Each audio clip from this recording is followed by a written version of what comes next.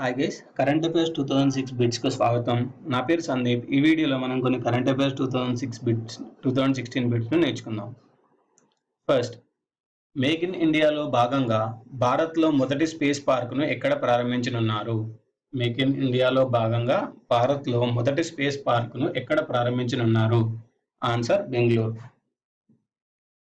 Next,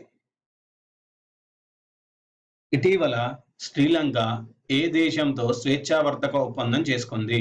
ఇటీవల శ్రీలంక ఏ దేశంతో స్వేచ్ఛావర్తక ఒప్పందం చేసుకుంది? ఆన్సర్ వచ్చేసి పాకిస్తాన్ అండి. పాకిస్తాన్. దీని వివరణ వచ్చేసి పాకిస్తాన్తో ద్వైపాక్షిక వర్తకం అభివృద్ధి కోసం శ్రీలంక ఒప్పందం చేసుకుంది. దీని ద్వారా పాకిస్తాన్ నుంచి శ్రీలంక JF-17 థండర్ బోల్ట్ జెబీ విమానాలను పొందనుంది. నెక్స్ట్,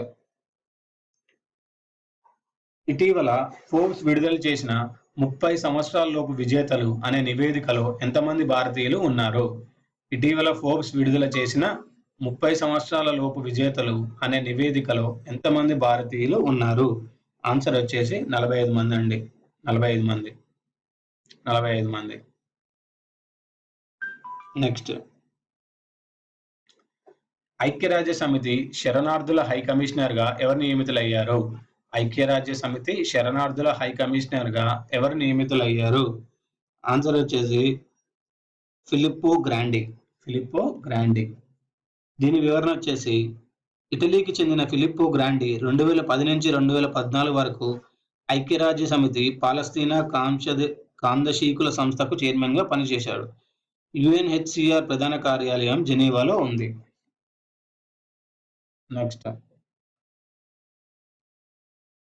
డెస్టినేషన్ నార్త్ ఈస్ట్ 2016 ఉత్సవం ఎక్కడ జరిగింది? డెస్టినేషన్ నార్త్ ఈస్ట్ 2016 ఉత్సవం ఎక్కడ జరిగింది? ఆన్సర్ న్యూఢిల్లీ. నెక్స్ట్, అతివాద వామపక్ష భావజాలం ప్రభావం ఎక్కువగా ఉన్న 35 జిల్లాల అభివృద్ధి కోసం కేంద్ర ప్రభుత్వం ఎంత మొత్తం కేటాయించింది? అతివాద వామపక్ష భావజాలం ప్రభావం ఎక్కువగా ఉన్న 30 జిల్లాల అభివృద్ధి కోసం కేంద్ర ప్రభుత్వం ఎంత మొత్తం కేటాయించింది? ఆన్సర్ వచ్చేసి 1000 కోట్లు అండి. 1000 కోట్లు. నెక్స్ట్, ఇటీవల కేంద్ర ప్రభుత్వం స్టాండప్ ఇండియా పథకానికి అనుమతినిచ్చింది.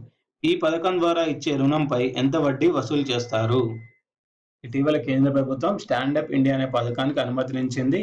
ఈ పథకం ద్వారా ఇచ్చే రుణంపై ఎంత వడ్డీ వసూలు చేస్తారు? ఆన్సర్ 25%, 25%. ఇవ్వండి ఈ వీడియోలోని కరెంట్ అఫైర్స్.